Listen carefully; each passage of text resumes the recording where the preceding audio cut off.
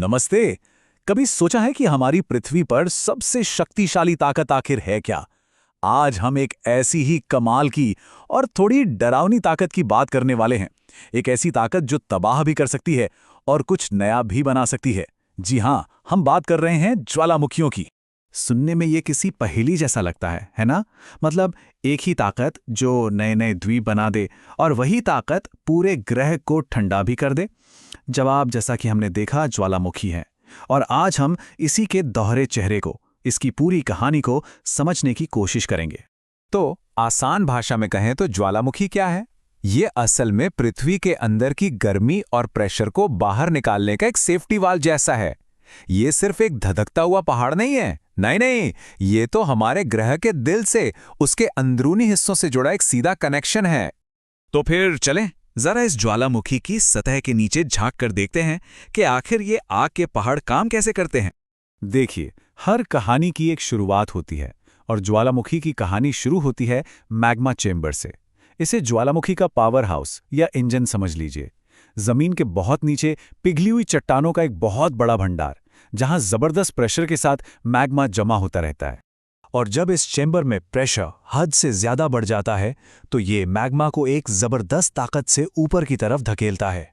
ये मैग्मा एक main pipe, जिसे मेन वेंट कहते हैं, से होता हुआ सतह की ओर बढ़ता है और फिर पहाड़ के मुंह पर बने कटोरे जैसे गड्ढे यानी क्रेटर से बाहर फूट पड़ता है। एक बात याद रखने वाली है, जैसे ही ये मैग्मा सतह पर आता है, इसका नाम बदल जाता है। अब इसे कहते हैं लावा। अगर ये लावा शांति से बहता है तो उसे लावा फ्लो कहते हैं, लेकिन अगर विस्फोट जोरदार हुआ तो यही लावा राख और गैसों के एक विशाल भयानक बादल में बदल जाता है, जो आसमान में किलोमीटरों ऊपर तक छा सकता है। और कभी-कभी तो प्रेशर इतना ज्यादा होता है कि लावा को मेन रास्ते से निकलने का भी इंतजार नहीं होता। वो ज्वालामुखी के किनारों पर बनी छोटी-छोटी दरारों से भी बाहर निकलने लगता है। ये पूरा का पूरा सिस्टम अगर देखें तो एक बहुत ही कॉम्प्लेक्स प्लम्बिंग सिस्टम जैसा है, जो सीधे पृथ्वी के अंदर से जुड़ा हुआ है। अच्छा, अक्सर हम सोचते हैं कि सारे ज्वालामुखी एक जैसे ही होते होंगे, एक पहाड़ जिससे आग निकलती है, पर असल में ऐसा है नहीं।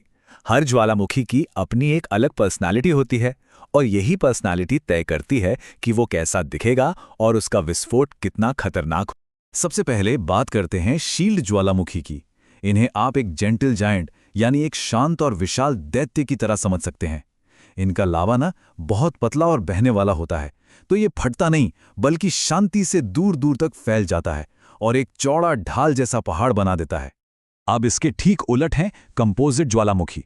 इन्हें स्ट्रैटोवोल्केनो भी कहते हैं। ये हैं वो क्लासिक ज्वालामुखी जिनकी तस्वीरें हम सबने देखी हैं, एकदम खड़ी ढलान वाले, दिखने में खूबसूरत लेकिन उतने ही खतरनाक। इनका लावा गाढ़ा और चिपचिपा होता है, इसलिए ये बहता नहीं बल्कि जबरदस्त धमाके के साथ फटता है और फिर लावा और राख की परत दर परत जमती जाती है, जो इन्हें और ऊंचा और खतरनाक बनाती है। फिर आते हैं सिंडर कोन ज्वालामुखी। ये कह सकते हैं कि ज्वालामुखी परिवार के सबसे छोटे और सीधे साधे सदस्य हैं। ये अक्सर एक ही बड़े धमाके से फेंके गए टुकड़ों और राख से रातों रात बन जाते हैं और आमतौर पर ज्यादा लंबे समय तक एक्टिव भी नहीं रहते। और आखिर में है खालडेरा। अब देखिए, ये असल में कोई पहाड़ है ही नहीं, ये तो किसी महाविस्फोट के बाद बची हुई एक निशानी है। सोचिए, जब किसी ज्वालामुखी का पूरा मैग्मा चैम्बर एक ही बार में खाली हो जाए तो ऊपर की जमीन धड़ाम से नीचे धंस जाती है और जो विशाल गड्ढा बनता है उसे ही काल्डेरा कहते हैं। तो एक बात तो साफ है, शील्ड ज्वालामुखी के चौड़े फैलाव से लेकर कंपोजिट की आसमान छूती ऊंचाइयों तक ज्वालामुखी का असली कैरेक्टर उसका लावा ही तय करता है। अगर लावा पतला है तो शांत और विशाल पहाड़ बनेगा, और अगर लावा गाढ़ा है तो विस्फोटक और एकदम आइकॉनिक दिखने वाला पहाड़ बनेगा। ठीक है, तो अब तक हमने ये तो समझ लिया कि ज्वालामुखी क्या होते हैं और कितने तरह के होते हैं, पर अब अगला सवाल ये है कि ये आखिर मिलते कहाँ हैं? क्या ये धरती पर कहीं भी कभी भी बन सकते हैं? नहीं, ऐसा नहीं है। ज्यादातर ज्वालामुखी एक खास इलाके में ही पाए जाते हैं। इस इलाके को कहते हैं पैसिफिक रिंग ऑफ फायर। ये प्रशांत महासागर के चारों ओर घोड़े की नाल जैसा एक बहुत बड़ा एरिया है और आपको जानकर हैरानी होगी कि दुनिया के लगभग 75% एक्टिव ज्वालामुखी इसी रिंग में हैं। और इसकी वजह भी बड़ी दिलचस्प है। ज्यादातर ज्वालामुखी वही बनते हैं जहां पृथ्वी की बड़ी बड़ी टेक्टोनिक प्लेट्स आपस में टकराती हैं या एक दूसरे से दूर जाती हैं। लेकिन कुछ अपवाद भी हैं, जैसे हवाई और आइसलैंड। ये किसी प्लेट की बाउंड्री पर नहीं, बल्कि हॉटस्पॉट के ऊपर हैं। हॉटस्पॉट यानी धरती के मेंटल से उठने वाली आग की एक बहुत बड़ी मशाल, जो ऊपर की परत को पिघलाकर ज्वालामुखी बना देती है। चलिए, अब हम अपने सफर के आखिरी और शायद सबसे जरूरी पड़ाव पर आते हैं। हमारे ग्रह और हम इंसानों पर ज्वालामुखियों का असर क्या होता है। ये कहानी है बनाने की और मिटाने की, क्रिएशन और डिस्ट्रक्शन की। देखिए, एक तरफ तो ज्वालामुखियों से निकली राख दुनिया की सबसे उपजाऊ मिट्टी बनाती है, जो खेती के लिए किसी वरदान से कम नहीं। इनसे हमें जियोथर्मल एनर्जी जैसी साफ सुथरी ऊर्जा मिलती है, और तो और हवाई जैसे पूरे के पूरे द्वीप ही ज्वालामुखियों ने बनाए हैं। पर सिक्के का दूसरा पहलू भी है। इनके विस्फोट शहर के शहर तबाह कर सकते हैं, और इनके राख के बादल सूरज को ढककर कुछ समय के लिए पूरी दुनिया का मौसम बदल सकते हैं, उसे ठंडा कर सकते हैं। तो यहाँ सबसे जरूरी बात समझने वाली ये है कि ज्वालामुखी सिर्फ तबाही का नाम नहीं है, बिल्कुल नहीं। वे हमारे प्लैनेट के लाइफ साइकिल का एक बहुत जरूरी हिस्सा हैं। ये पृथ्वी की खुद को नया बनाने की प्रक्रिया का हिस्सा हैं।